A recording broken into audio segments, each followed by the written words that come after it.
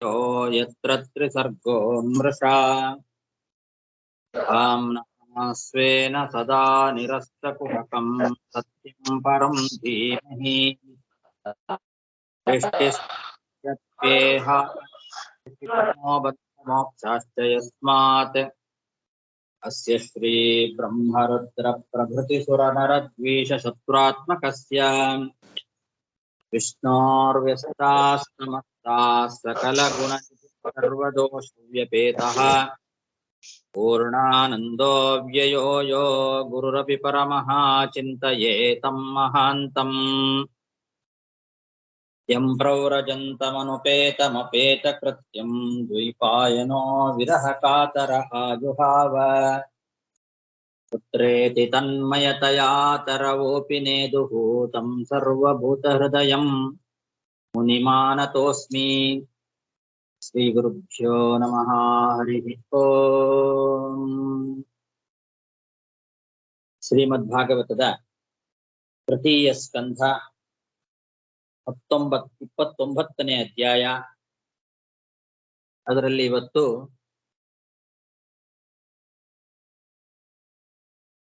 10ನೇ ಶ್ಲೋಕ. 10 ಮನೋಚಿರಾತ್ 10ನೇ ಶ್ಲೋಕ. ಸರಿ. ಮನೋಚಿರಾತ್ ಸ್ಯಾತ್ ವಿರಜಂ ಜಿತಶ್ವಾಸಸ್ಯ ಯೋಗಿನಃ ವಾಯುವಗ್ನಿಭ್ಯಾಂ ಯಥಾ ಲೋಹಂ ಧ್ಮಾತಂ ತ್ಯಜತಿ ವೈ ಮಲಂ.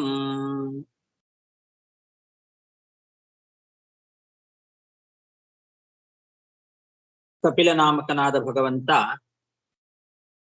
ತಾಯಿಯಾದ ದೇವಹೂತಿ ದೇವಿಗೆ ಭಗವಂತನ ಅಂಗ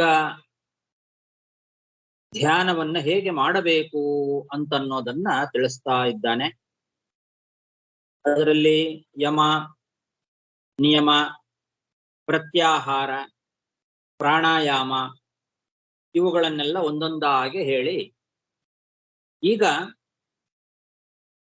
ಆ ಪ್ರಾಣಾಯಾಮ ಮೊದಲಾದವುಗಳ ಫಲ ಏನು ಅನ್ನೋದನ್ನ ತಿಳಿಸ್ತಾ ಇದ್ದಾನೆ. ಯಾಕೆ ಹೀಗೆ ಮಾಡಬೇಕು, ಅವುಗಳನ್ನ ಮಾಡೋದ್ರಿಂದ ಏನು ಫಲ ಬರ್ತದೆ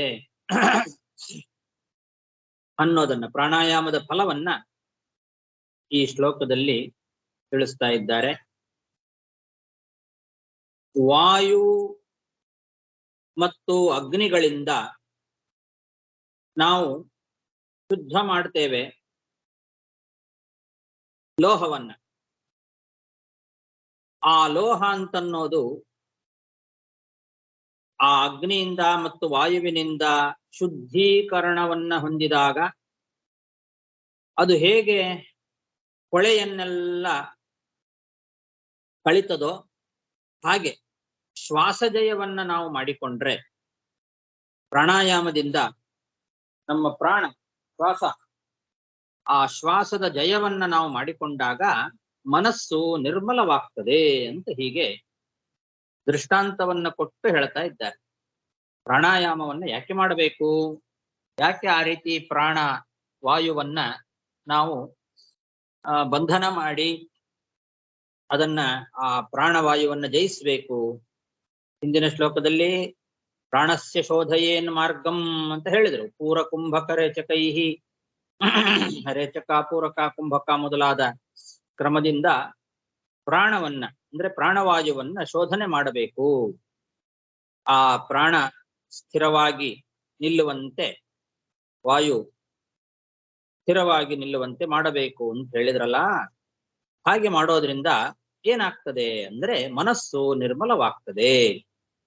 ಮನಸ್ಸಿನಲ್ಲಿ ಚಾಂಚಲ್ಯ ಎಂಬತಕ್ಕಂತಹ ದೋಷ ಇದೆ. ಆ ಚಾಂಚಲ್ಯ ಎಂಬ ದೋಷ ಹೋಗ್ತದೆ ಅಂತ ಹೇಳ್ತಾ ಇದ್ದಾರೆ. ತ್ಯಜತಿ ವೈ ಮಲಂ ಅಂತ, ಮಲಂ ತ್ಯಜತಿ ಅಂತ, ಮನಸ್ಸಿನ ಮಲ ಅದು ಹೋಗ್ತದೆ. ಮಲ ಅಂದ್ರೆ ಯಾವುದು? ಮನಸ್ಸಿನಲ್ಲಿರುವ ಮಲ ಅಂದ್ರೆ ಚಾಂಚಲ್ಯ. ಮನಸ್ಸು ಚಂಚಲವಾಗಿ ಆ ಕಡೆ ಈ ಕಡೆ ಹೋಗ್ತಾ ಇರ್ತದಲ್ಲ, ಅದೇ ಒಂದು ದೋಷ, ಮನಸ್ಸಿನ ಮಲ ಅದು. ಅಂತಹ ಮನಸ್ಸಿನ ಮಲ ಅಂತನ್ನೋದು ಪರಿಹಾರವಾಗ್ತದೆ, ಅದು ವಿರಜವಾಗ್ತದೆ. ವಿರಜಂ ಸ್ಯಾತ್ ಮನಃ ಅಚಿರಾತ್ ವಿರಜಂ ಸ್ಯಾತ್. ಯಾವಾಗ ಪ್ರಾಣವನ್ನ ಜಯಿಸ್ತೇವೋ ಆವಾಗ ಜಿತಶ್ವಾಸಸ್ಯ ಯೋಗಿನಃ, ಜಿತಶ್ವಾಸನಾಗಿರ್ತಕ್ಕಂತಹ ಯೋಗಿಗೆ ಮನಸ್ಸು ಅಚಿರಾತ್ ಕೂಡಲೇ ವಿರಜ ಆಗಿ ಬಿಡತ್ತೆ. ಅಂದ್ರೆ ಕೊಳೆಯನ್ನ ಕಳ್ಕೊಳ್ತದೆ, ಮನಸ್ಸಿನ ಕೊಳೆ ಅದನ್ನ ಕಳ್ಕೊಳ್ತದೆ. ಯಾವುದದು ಮನಸ್ಸಿನ ಕೊಳೆ? ಚಾಂಚಲ್ಯ ಎಂಬ ದೋಷ, ಅದನ್ನ ಕಳ್ಕೊಳ್ತದೆ. ಹೇಗೆ ಅಂದ್ರೆ ವಾಯುವಗ್ನಿಭ್ಯಾಂ ಯಥಾ ಲೋಹಂ ಮಾತಂ ತ್ಯಜತಿ ವೈ ಮಲಂ ಅಂತ ದೃಷ್ಟಾಂತ ಇದು. ವಾಯು ಮತ್ತು ಅಗ್ನಿಗಳಿಂದ ಶೋಧನೆ ಮಾಡಿದಾಗ, ಶುದ್ಧವನ್ನಾಗಿ ಮಾಡಿದಾಗ ಲೋಹ ಅಂತನ್ನೋದು ಯಾವ ರೀತಿ ಕೊಳೆಯನ್ನ ಕಳ್ಕೊಳ್ತದೋ ಹಾಗೆ ಅಂತ.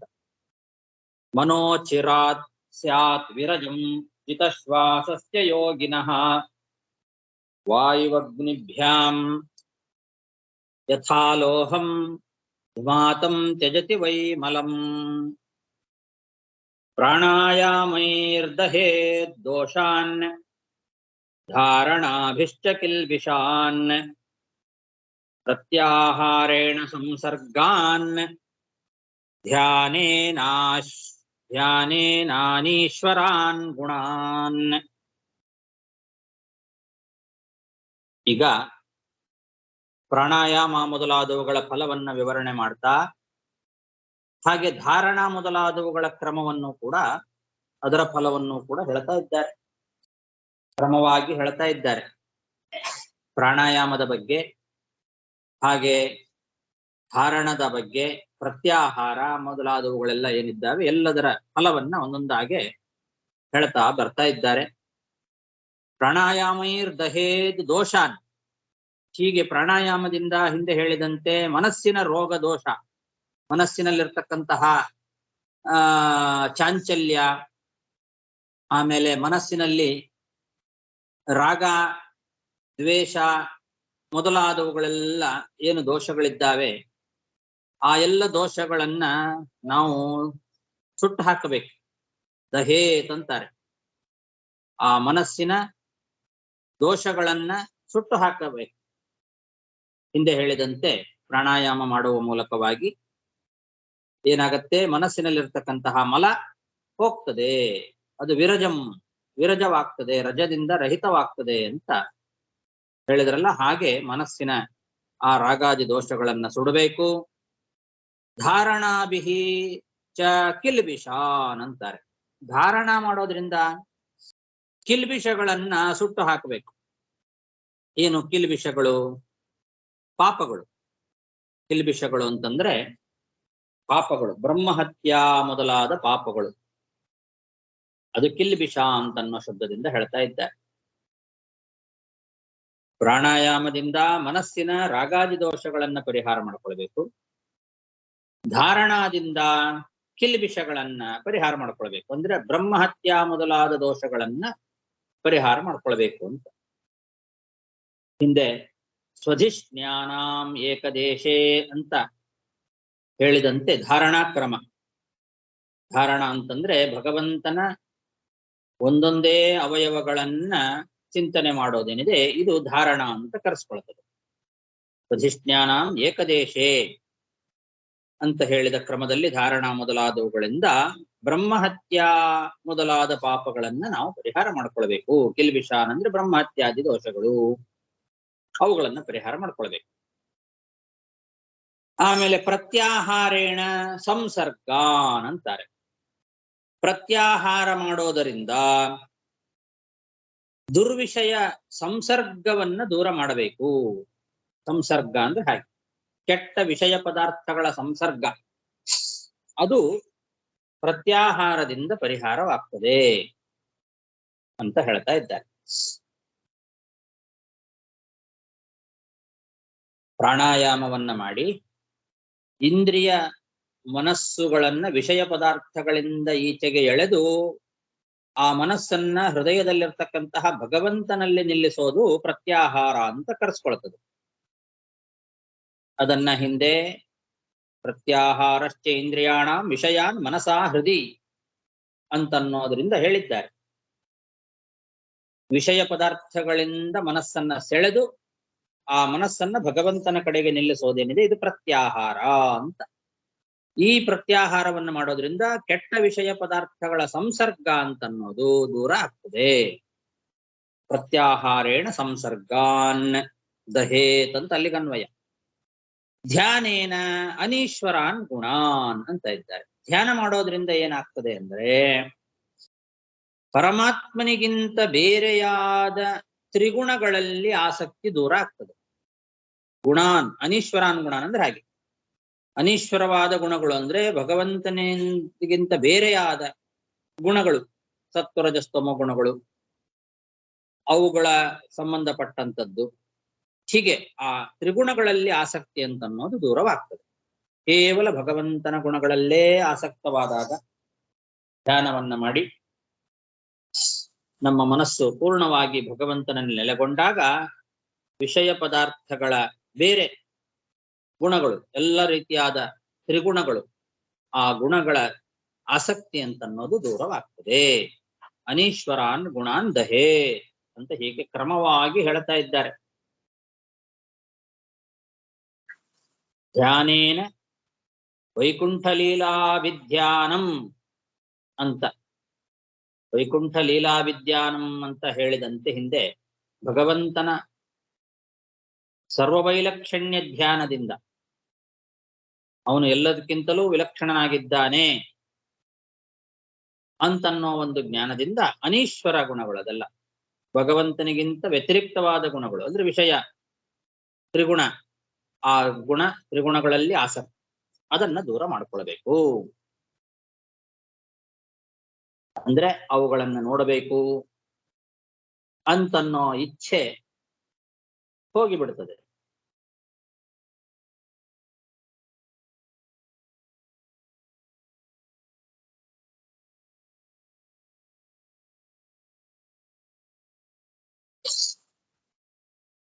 ಪ್ರಾಣಾಯಾಮೈರ್ದಹೇದ್ ದೋಷಾನ್ ಧಾರಣಾಭಿಶ್ಚ ಕಿಲ್ಬಿಷಾನ್ ಪ್ರತ್ಯಾಹಾರೇಣ ಸಂಸರ್ಗಾನ್ ಧ್ಯಾನೇನಾನೀಶ್ವರಾನ್ ಗುಣಾನ್.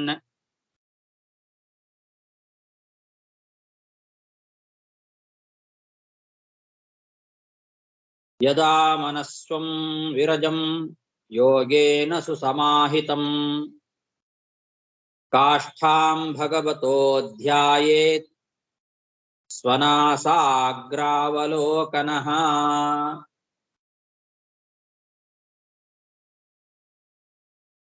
ಹೀಗೆ ನಾವು ಪ್ರಾಣಾಯಾಮ, ಧಾರಣ, ಪ್ರತ್ಯಾಹಾರ ಮತ್ತು ಧ್ಯಾನ ಇವುಗಳಿಂದ ನಮ್ಮ ಮನಸ್ಸನ್ನ ಸ್ವಚ್ಛವನ್ನಾಗಿ ಮಾಡಿಕೊಂಡ ಮೇಲೆ, ಪ್ರಾಣಾಯಾಮಾದಿ ಯೋಗಗಳಿಂದ ನಮ್ಮ ಮನಸ್ಸು ಅಪ್ರಯತ್ನವಾಗಿ ಯಾವಾಗ ಭಗವಂತನಲ್ಲಿ ಹೋಗಿ ನಿಲ್ತದೋ ಆವಾಗ ಯದಾ ಮನಃ ಸ್ವಂ ವಿರಜಂ ಯೋಗೇನ ಸುಸಮಾಹಿತಂ, ಮನಸ್ಸು ಯಾವಾಗ ತಾನಾಗಿಯೇ ಅಪ್ರಯತ್ನವಾಗಿ ಭಗವಂತನ ಕಡೆಗೆ ಹೋಗಿ ನಿಲ್ತದೋ ಆವಾಗ ನಮ್ಮ ದೃಷ್ಟಿಯನ್ನ ಮೂಗಿನ ತುದಿಯಲ್ಲಿ ಇಟ್ಟು ಆಚೆ ಈಚೆ ನೋಡದೆ ಮೂಗಿನ ತುದಿಯನ್ನೇ ನೋಡ್ತಾ ಇರ್ಬೇಕಂತೆ. ಸ್ವನಾಸಾಗ್ರಾವಲೋಕನಃ ಅಂತಾರೆ. ಪೂರ್ತಿ ಕಣ್ಣು ಮುಚ್ಚಿ ಧ್ಯಾನ ಮಾಡಬಾರದು. ಪೂರ್ತಿ ಕಣ್ಣು ಮುಚ್ಚಿದ್ರೆ ನಿದ್ದೆ ಬರುವಂತಹ ಸಾಧ್ಯತೆಗಳಿದೆ. ಹಾಗಾಗಿ ಕಣ್ಣನ್ನ ಪೂರ್ತಿ ಮುಚ್ಚಬಾರದು, ಪೂರ್ತಿ ತೆಗೆಯಲೂಬಾರದು, ಆ ಕಡೆ ಈ ಕಡೆ ಎಲ್ಲೂ ನೋಡಬಾರದು. ಆ ಮೂಗಿನ ತುದಿಯನ್ನೇ ನೋಡ್ತಾ ಇರ್ಬೇಕಂತೆ. ನಮ್ಮ ಮೂಗಿನ ತುದಿಯನ್ನ ನೋಡ್ತಾ, ನಾಸಾಗ್ರ ಸ್ವನಾಸ ಅಂತ ಹೇಳಿದ್ದಾರೆ.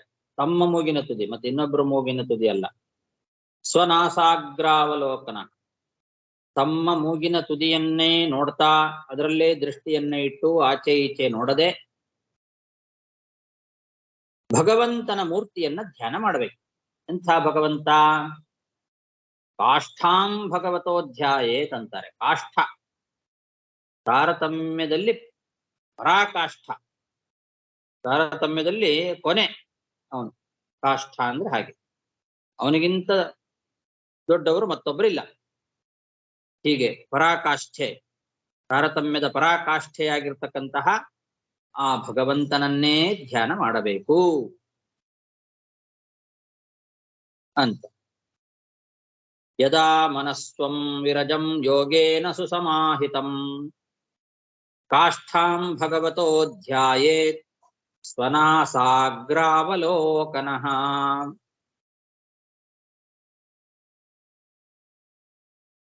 ಪ್ರಸನ್ನವದನಾಂಭೋಜಂ ಪದ್ಮಗರ್ಭಾರುಣೇಕ್ಷಣಂ ನೀಲೋತ್ಪಲದಳಶ್ಯಾಮಂ ಶಂಖಚಕ್ರಗದಾಧರಂ.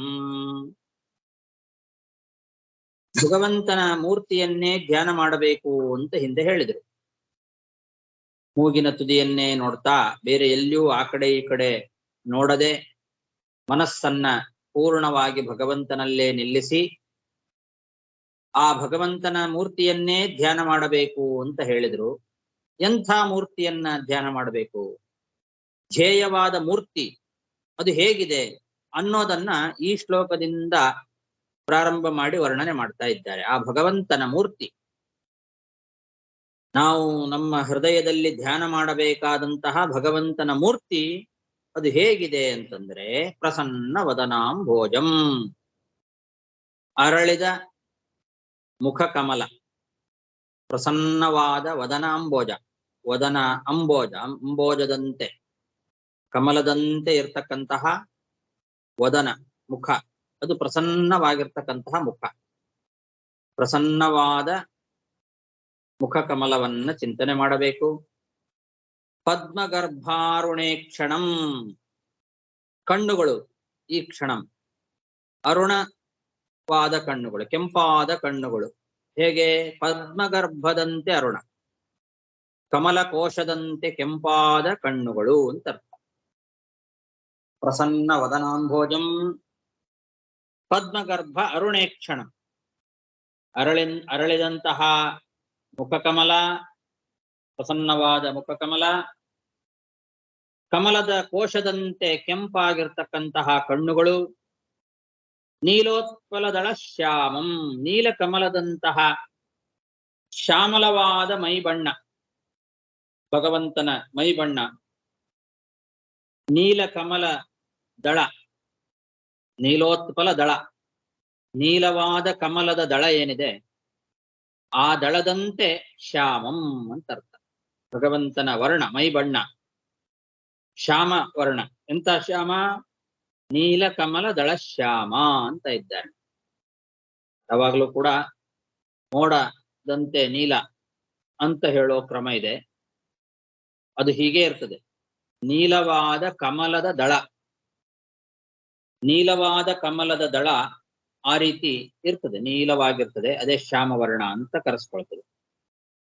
ಭಗವಂತ ಆ ವರ್ಣದ ಮೈ ಬಣ್ಣವುಳ್ಳವನಾಗಿದ್ದಾನೆ ಅಂತ ಚಿಂತನೆ ಮಾಡಬೇಕು. ನೀಲೋತ್ಪಲ ದಳ ಶ್ಯಾಮಂ ಶಂಖ ಚಕ್ರ ಗದಾಧರಂ ಅಂತ, ಶಂಖ ಚಕ್ರ ಗದಾಧಾರಿಯಾಗಿದ್ದಾನೆ ಅಂತ ಚಿಂತನೆ ಮಾಡಬೇಕು.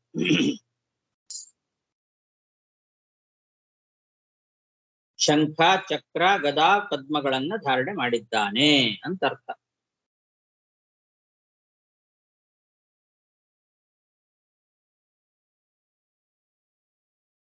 ಪ್ರಸನ್ನ ವದನಾಂಭೋಜಂ ಪದ್ಮಗರ್ಭಾರುಣೇಕ್ಷಣಂ ನೀಲೋತ್ಪಲದಳ ಶ್ಯಾಮಂ ಶಂಖಚಕ್ರ ಗದಾಧರಂ ಲಸತ್ ಪಂಕಜ ಕಿಂಜಲ್ಕ ಪೀತ ಕೌಶೇಯ ವಾಸಸಂ ಶ್ರೀವತ್ಸ ವಕ್ಷ ಸಂಭ್ರಾಜತ್ ಕೌಸ್ತುಭಾ ಮುಕ್ತ ಕಂಧರಂ.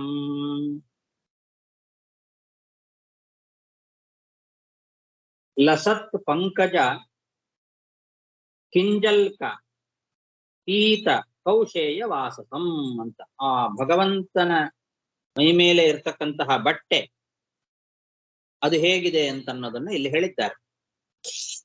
ಪೀತಾಂಬರ, ಹಳದಿಯಾದ ರೇಷ್ಮೆಯ ಪೀತಾಂಬರವನ್ನು ಉಟ್ಟುಕೊಂಡಿದ್ದಾನೆ. ಪೀತವಾದ ಅಂಬರ ಅಂದ್ರೆ ಹಳದಿಯಾಗಿರ್ತಕ್ಕಂಥದ್ದು ರೇಷ್ಮೆದು. ಹಳದಿಯಾದ ರೇಷ್ಮೆಯ ಪೀತಾಂಬರ ಅದು ಹೇಗಿದೆ ಅಂತಂದ್ರೆ ಅರಳಿದ ಕಮಲದ ಕೇಸರದಂತೆ ಇದೆ. ಲಸತ್ ಪಂಕಜ ಕಿಂಜಲ್ಕ, ಲಸತ್ ಪಂಕಜ ಅಂದ್ರೆ ಅರಳಿರ್ತಕ್ಕಂತಹ ಕಮಲದ ಕೇಸರಗಳು ಅದರಂತೆ ಹಳದಿಯಾದ ಪೀತ ಕೌಶೇಯ ವಾಸಸಂ. ಪೀತ ಅಂದ್ರೆ ಹಳದಿಯಾದ, ಕೌಶೇಯ ಅಂದ್ರೆ ರೇಷ್ಮೆಯ ವಾಸ, ಪೀತಾಂಬರ. ಹೀಗೆ ಅರಳಿದ ಕಮಲದ ಕೇಸರದಂತೆ ಹಳದಿಯಾದ ರೇಷ್ಮೆಯ ಪೀತಾಂಬರವನ್ನು ಉಟ್ಟುಕೊಂಡಿದ್ದಾನೆ. ಶ್ರೀವತ್ಸ ವಕ್ಷಸಂ, ಎದೆಯಲ್ಲಿ ಶ್ರೀವತ್ಸ ಎಂಬ ಚಿಹ್ನೆ ಇದೆ.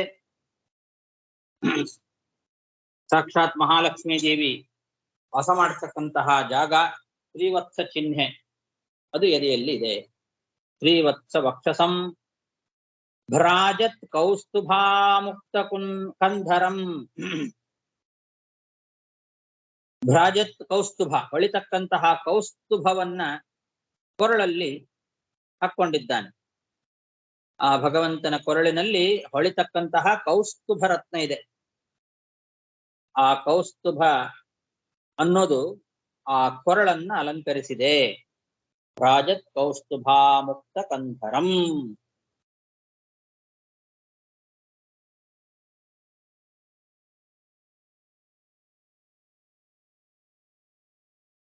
ಅಮುಕ್ತ ಕಂಧರಂ ಅಂತ. ಕೌಸ್ತುಭದಿಂದ ಅಮುಕ್ತವಾದ ಕಂಧರ ಅಂದ್ರೆ ಯಾವಾಗಲೂ ಕೌಸ್ತುಭ ಅಂತನ್ನೋದು ಅವನ ಕಂಠವನ್ನ ಆಶ್ರಯಿಸಿಕೊಂಡೇ ಇರ್ತದೆ, ಅದು ಬಿಡೋದೇ ಇಲ್ಲ, ಸಂಶ್ಲಿಷ್ಟವಾಗೇ ಇರ್ತದೆ. ಅಮುಕ್ತ, ಮುಕ್ತವಾಗೋದೇ ಇಲ್ಲ ಯಾವಾಗ್ಲೂ. ಅಂತಹ ಭ್ರಾಜತ್ ಕೌಸ್ತುಭ ಅಮುಕ್ತ ಕಂಧರಂ. ಭ್ರಾಜತ್ ಕೌಸ್ತುಭದಿಂದ ಅಮುಕ್ತವಾದ ಕಂಧರ, ಅದರಿಂದ ಬದ್ಧವಾದದ್ದೇ ಯಾವಾಗ್ಲೂ ಅಂತ ಅರ್ಥ. ಕಂಧರ ಆ ಕುತ್ತಿಗೆ, ಆ ಕುತ್ತಿಗೆಯಲ್ಲಿ ಯಾವಾಗಲೂ ಆ ಭ್ರಾಜತ್ ಕೌಸ್ತುಭ, ಹೊಳಿತಕ್ಕಂತಹ ಕೌಸ್ತುಭ ಮಣಿ ಇದ್ದೇ ಇರ್ತದೆ. ಅದು ಅಮುಕ್ತ, ಮುಕ್ತವಾಗೋದೇ ಇಲ್ಲ ಅಂತ ಅರ್ಥ. ಅಮುಕ್ತ ಕಂಧರಂ.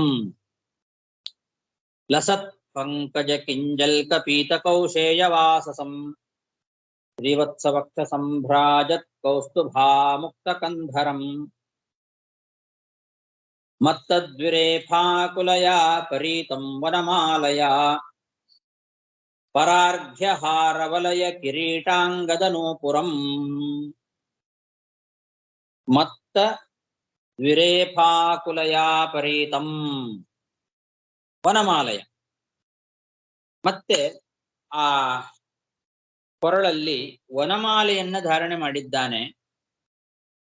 ಆ ವನಮಾಲೆಯಲ್ಲಿ ಮತ್ತವಾದ ದುಂಬಿಗಳೆಲ್ಲ ಮುತ್ಕೊಂಡಿದ್ದಾವಂತೆ. ಮದವೇರಿರ್ತಕ್ಕಂತಹ ದುಂಬಿಗಳು ಆ ವನಮಾಲೆಯನ್ನ ಮುತ್ಕೊಂಡಿದ್ದಾವೆ. ಅಂತಹ ಒಂದು ವನಮಾಲೆಯನ್ನ ಧಾರಣೆ ಮಾಡಿದ್ದಾನೆ ಅಂತ ಅರ್ಥ. ಮತ್ತದ್ವಿರೇಫಾಕುಲಯ ಪರೀತಂ ವನಮಾಲಯ.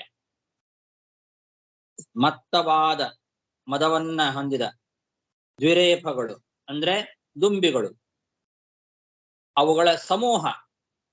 ದ್ವಿರೇಫಾಕುಲಯ, ಆ ದುಂಬಿಗಳ ಸಮೂಹದಿಂದ ಪರೀತವಾದದ್ದು, ಸುತ್ತಿಕೊಂಡಿರ್ತಕ್ಕಂಥದ್ದು ಆ ವನಮಾಲೆ. ಅಂತಹ ವನಮಾಲೆಯನ್ನ ಧಾರಣೆ ಮಾಡಿದ್ದಾನೆ ಭಗವಂತ.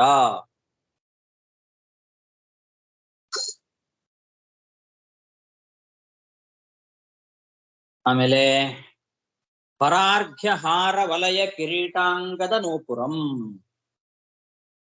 ಪರಾರ್ಘ್ಯ ಅಮೂಲ್ಯವಾದ ಹಾರ, ಕಂಕಣಗಳು, ಕಿರೀಟಗಳು. ಹಾರ, ವಲಯ, ಕಿರೀಟ, ಅಂಗದ ನೂಪುರ, ಭುಜಕೀರ್ತಿ, ಕಾಲಿಗೆ ಹಾಕೊಳ್ಳತಕ್ಕಂತಹ ಗೆಜ್ಜೆ, ಇವೆಲ್ಲವೂ ಕೂಡ ಹೊಳಿತಾ ಇದ್ದಾವೆ ಅಂತ ಅರ್ಥ. ರಾಜತ್ ಹೊಳಿತಕ್ಕಂತಹ ಎಲ್ಲವೂ ಪರಾರ್ಘ್ಯವಾದದ್ದು, ಅಮೂಲ್ಯವಾದದ್ದು. ಪರಾರ್ಘ್ಯವಾದ, ಅಮೂಲ್ಯವಾದ, ಶ್ರೇಷ್ಠವಾದ ಹಾರ, ವಲಯ, ಕಿರೀಟ, ಅಂಗದ ಮತ್ತು ನೂಪುರ ಅಂತ ಅರ್ಥ. ಎಲ್ಲವೂ ಪರಾರ್ಘ್ಯವಾದದ್ದು, ಅಮೂಲ್ಯವಾದಂತಹ ಹಾರ, ವಲಯ ಅಂತಂದು ಹೇಳಿದ್ರೆ ಬಳೆಗಳು, ಆಮೇಲೆ ಕಿರೀಟ, ಭುಜಕ್ಕೆ ಹಾಕೊಳ್ತಕ್ಕಂತಹ ಆಭರಣಗಳು, ಅಂಗದ ಅಂದ್ರೆ ಹಾಗೆ. ಆಮೇಲೆ ನೂಪುರ ಅಂದ್ರೆ ಕಾಲಲಂದುಗೆ ಗೆಜ್ಜೆಗಳು, ಇವುಗಳನ್ನೆಲ್ಲ ಚಿಂತನೆ ಮಾಡಬೇಕು. ಮತ್ತದ್ವಿರೇಫಾಕುಲಯ ಪರೀತಂ ವನಮಾಲಯ ಪರಾರ್ಘ್ಯಹಾರವಲಯ ಕಿರೀಟಾಂಗದನೋಪುರಂ ಕಾಂಚೀ ಗುಣೋಲ್ಲಸಚ್ಛ್ರೋಣೀಂ ಹೃದಯಾಂಭೋಜವಿಷ್ಟರಂ ದರ್ಶನೀಯತಮಂ ಶಾಂತಂ ಮನೋನಯನನಂದನಂ.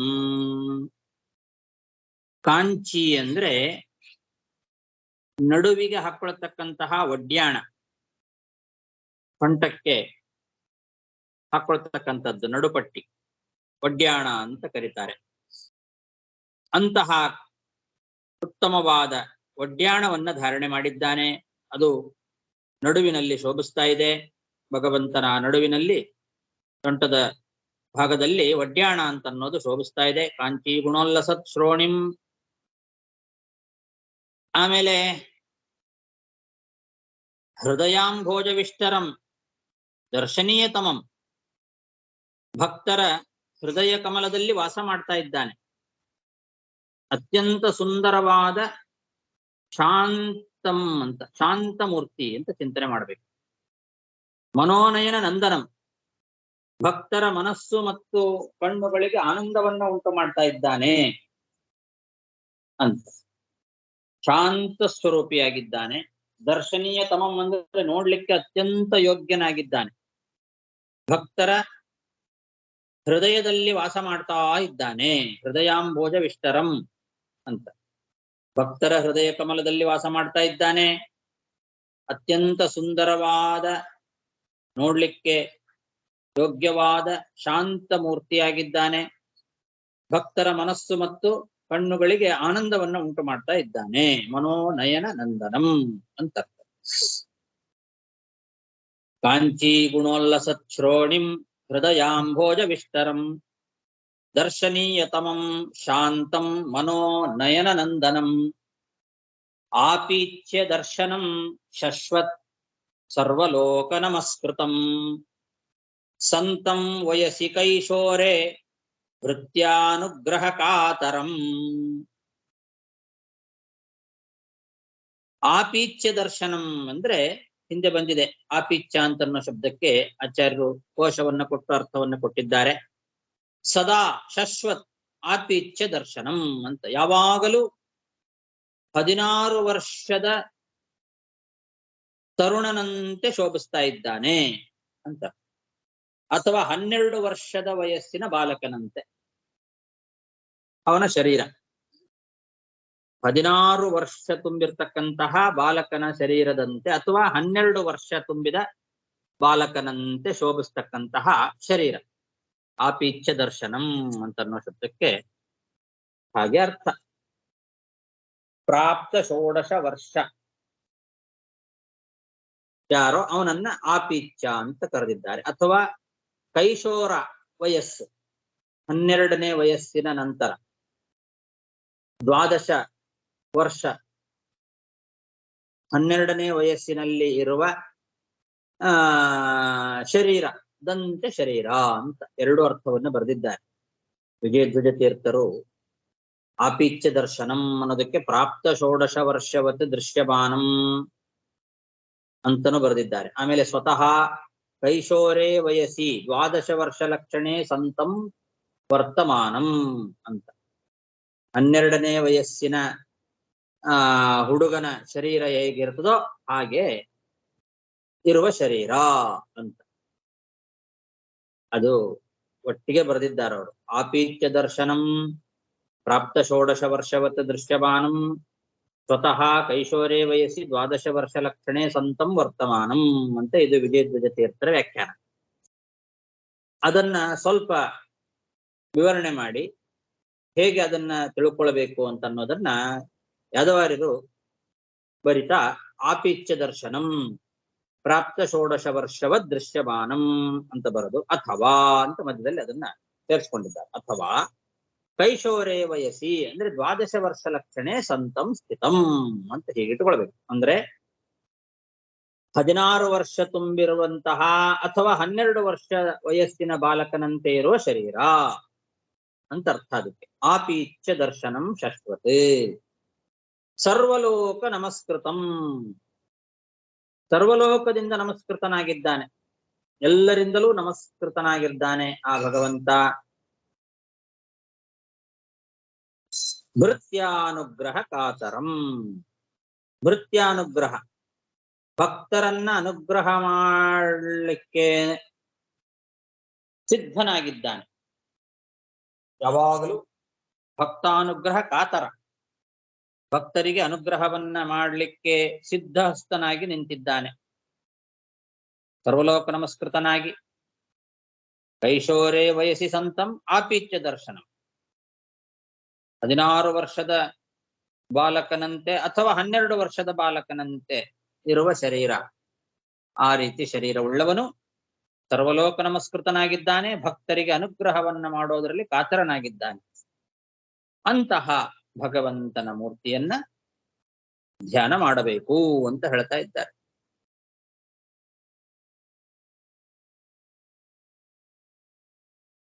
ಆಪೀಚ್ಯ ದರ್ಶನಂ ಶಶ್ವತ್ ಸರ್ವಲೋಕ ನಮಸ್ಕೃತಂ ಸಂತಂ ವಯಸಿ ಕೈಶೋರೆ ಭೃತ್ಯಾನುಗ್ರಹ ಕಾತರಂ.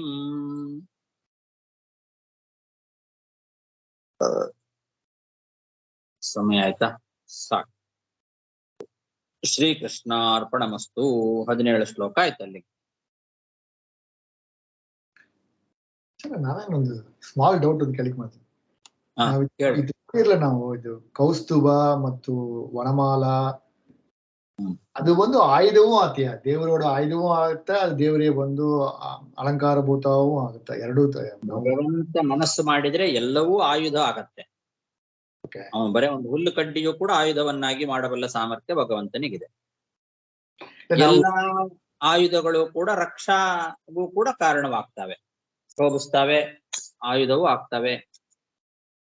ಹಾಗೆ ಯಾಕಂದ್ರೆ ಈ ಆಯುಧ ಪೂಜೆ 12 ಕೊಟ್ಟಿರೋದ್ರಲ್ಲ ಕೌಸ್ತುಭ, ವನಮಾಲಿ, ಶ್ರೀವತ್ಸ ಬರ್ತನೆ, ಮತ್ತದು ಶಂಖ ಚಕ್ರ ಗದಾ ಪದ್ಮ ಚರ್ಮ ಎಲ್ಲ ಬರ್ತನೆ. ಬಟ್ ಇದನ್ನ 3 ಕೊಟ್ಟಿದ್ದಾರೆ, ಕೌಸ್ತುಭ, ವನಮಾಲಿ, ಶ್ರೀವತ್ಸ. ಆಯುಧ ಪೂಜೆ ಅಲ್ಲ, ಆಯುಧ ಪೂಜೆಯಲ್ಲಿ ಓಂ ಕಂ ಕೌಸ್ತುಭ ರೂಪಮಾ ಸ್ಥಿರ ವಿರಿಂಜಾಯೇ ನಮಃ ವನಮಾಲೆ. ನಾವು ದೇವರ ಪೂಜೆಯಲ್ಲಿ ಡೈಲಿ ಮಾಡ್ತಾ, ದೇವರ ಪೂಜೆಯಲ್ಲಿ ವಿಷ್ಣು ಆಯುಧ ಪೂಜಾ ಮಾಡ್ತಾರಲ್ಲ ನಾವು, ವಿಷ್ಣುವಿನ ಆಯುಧಗಳನ್ನ ಪೂಜೆ ಮಾಡೋದು ಅಂತ ಬಂದಾಗ ಆಯುಧಗಳಲ್ಲಿ ಅದನ್ನೆಲ್ಲ ಸೇರಿಸ್ತಾರೆ. ಸೇರಿಸಿದ್ದ ಕೌಸ್ತುಭ, ವನಮಾಲಿ, ಶ್ರೀವತ್ಸ.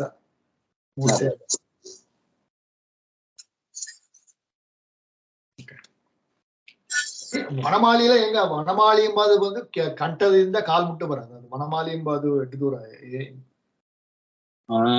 ಅದು ತೊಡೆಯವರೆಗೆ ಅಂತ ಹೇಳಬಹುದು, ತೊಡೆಯವರೆಗೆ. ಓಕೆ. ಕೌಸ್ತುಭಕ್ಕೂ ಶ್ರೀವತ್ಸಕ್ಕೂ ಒಂದು ಹೃದಯದಲ್ಲಿ ಇರೋದು. ಶ್ರೀವತ್ಸ ಅಂತ ಅನ್ನೋದು ಹೃದಯದಲ್ಲಿರೋ ಚಿಹ್ನೆ. ಅಲ್ಲಿ ಲಕ್ಷ್ಮಿ ವಾಸ ಮಾಡ್ತಾ ಇದ್ದಾಳೆ. ಅದೇ ಶ್ರೀವತ್ಸ. ಶ್ರೀವತ್ಸ ಅಂದ್ರೆ ಹಾಗೆ ಲಕ್ಷ್ಮೀ ವಾಸಸ್ಥಳ ಎದೆ. ಕೌಸ್ತುಭ ಅಂತ ಅನ್ನೋದು ಕಂಠದಲ್ಲಿ ಶೋಭಿಸ್ತಕ್ಕಂತಹ ಒಂದು ಮಣಿ, ರತ್ನ.